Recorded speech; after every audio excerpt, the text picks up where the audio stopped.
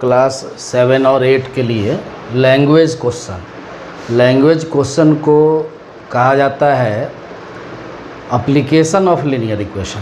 Linear equation तो बताया हुआ है पहले ही, और ये उसी पर आधारित एक क्वेश्चन है।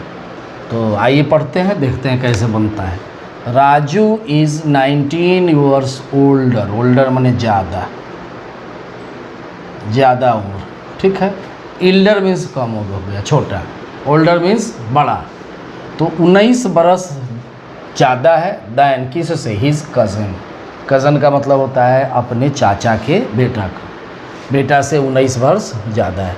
तो किसकी चर्चा हो रही है, तो राजू की और हिज कज़न की चर्चा हो रही है। ये 19 ज़्यादा है, ये 19 प्लस करने पर ये आता है, इससे 19 ज़्यादा ये है। तो जिससे ज़्यादा हो उसको x मानना पड़ता है, ऐसे, ठीक है। दूसरा उपाय है कि एक को अगर x मानेंगे तो दूसरा x प्लस 19 हो जाएगा automatic.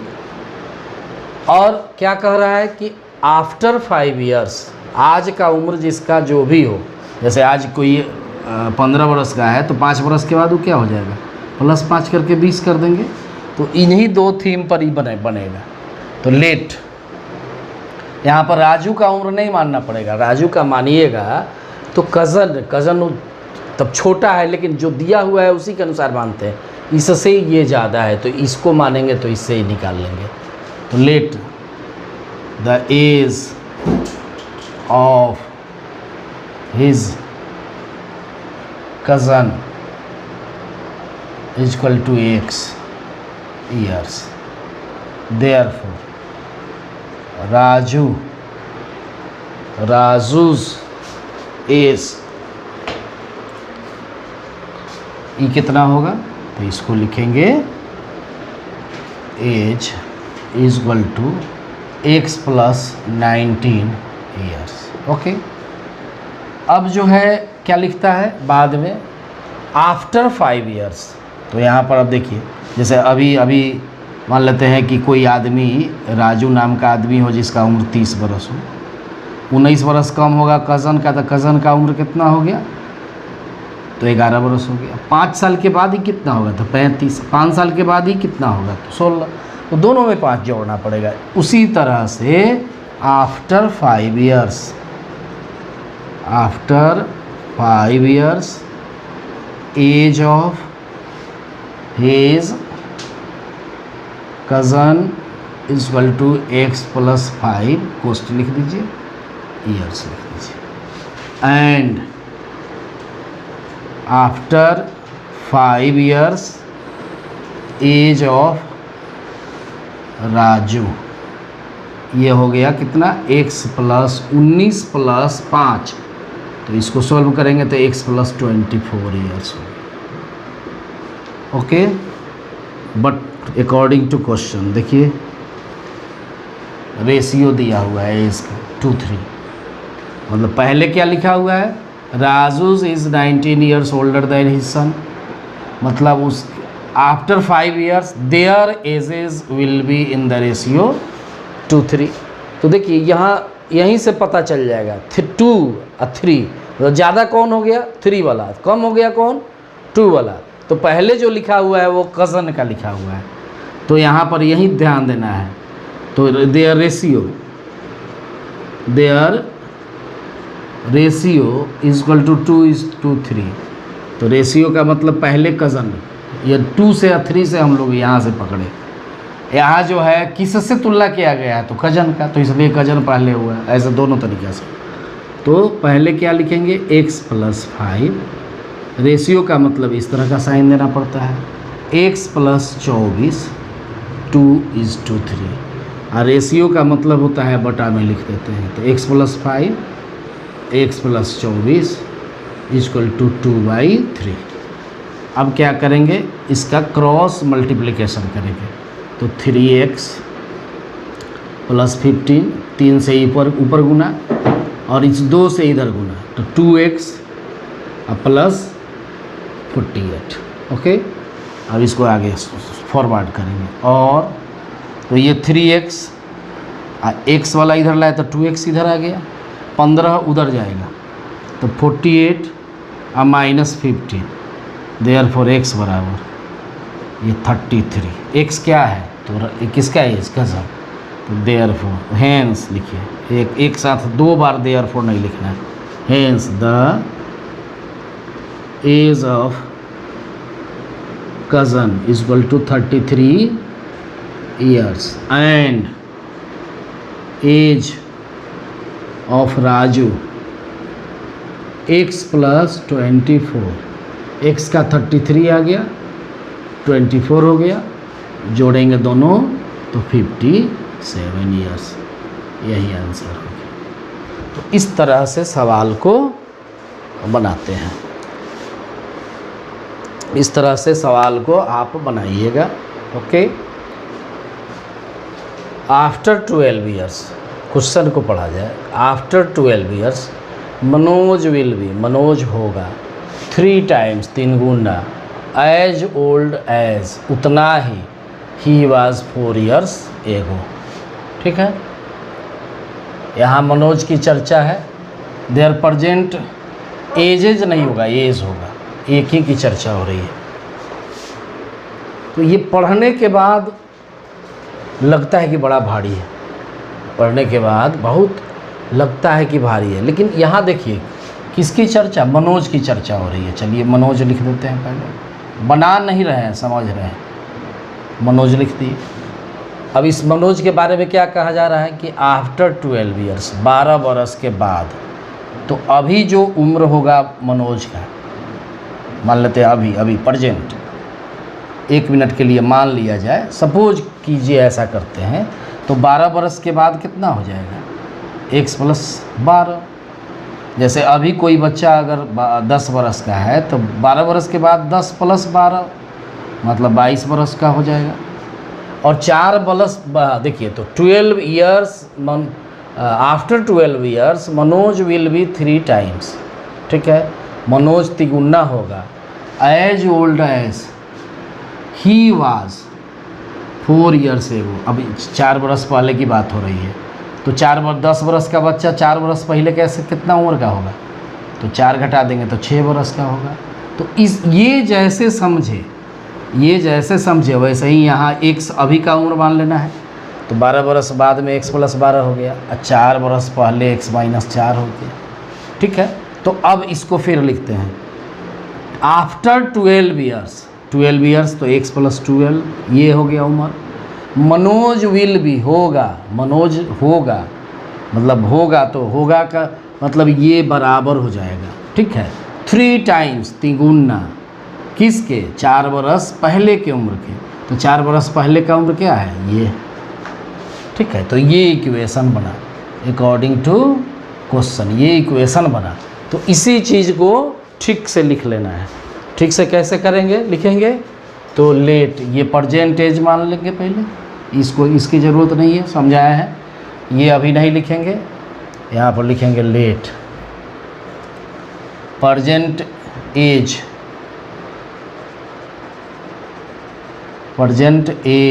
Of Manoj is equal to x year। ठीक है, तो आफ्टर 12 years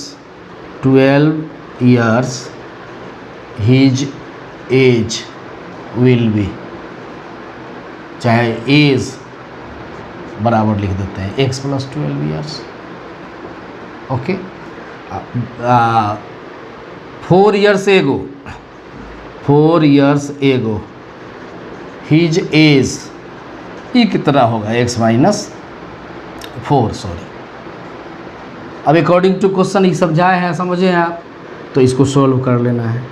x + 12 = 3x - 12 और x, ठीक है, 3x को इधर लाइए तो उधर होगा -12 यहाँ -2x हो गया, -24 हुआ, माइनस माइनस कैंसिल हो गया, तो x बराबर हो गया 24/2, ये आ गया 12। तो 12 आया, मतलब ये क्या x क्या माने हैं देखिए, तो present age of Manoj, therefore hence present age of Manoj equal to कितना होगा 12। अब इसको देख लीजिए 12 बरस बाद कितना हो गया 24।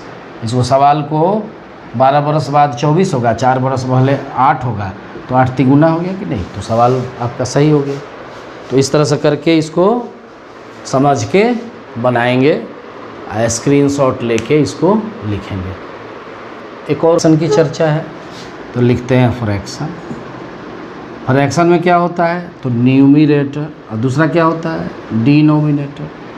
दोनों में रिलेशन दिया हुआ है, ट्वाइस द न्यूमरेटर, न्यूमरेटर का दुगुना कर दिया जाए, ठीक है। इज 2 मोर देन, तो ये होता है 2 ज़्यादा हो जाता है इससे। न्यूमरेटर को अगर दुगुना कर, कोई अगर दिया हुआ है फ्रैक्शन में और न्यूमरेटर को दुगुना कर दिया जाए तो डिनोमिनेटर से वो 2 ये ज़्यादा हो गया, तो इसमें से 2 घटा दिया जाएगा तो ये बराबर हो गया। तो किसको मानना पड़ेगा, यहाँ देखिए एन को मानना पड़ेगा। Let the numerator equal to x मान लिए, देयरफॉर डिनोमिनेटर बराबर हो गया 2n माइनस 2, तो 2x माइनस 2, एक्स माने तो 2x minus 2।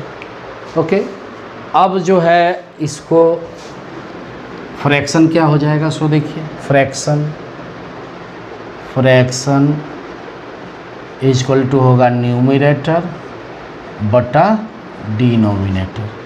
According to question क्या लिखता है कि अगर दोनों में 3 added to numerator and denominator, ऊपर में भी 3 जोड़ा जाता है, नीचे में भी 3 जोड़ा जाता है, जोड़ने पर ही क्या हो जाता है 2/3 हो जाता है। अब इसी को सॉल्व कर लेना है, तो 3 से गुना करो तो 3x + 9 इक्वल टू, एक लाइन और लिखो तब, ये नीचे छूटा हुआ है, अभी इसको गुना करेंगे तो 2x, सॉरी कॉमन नहीं करना है,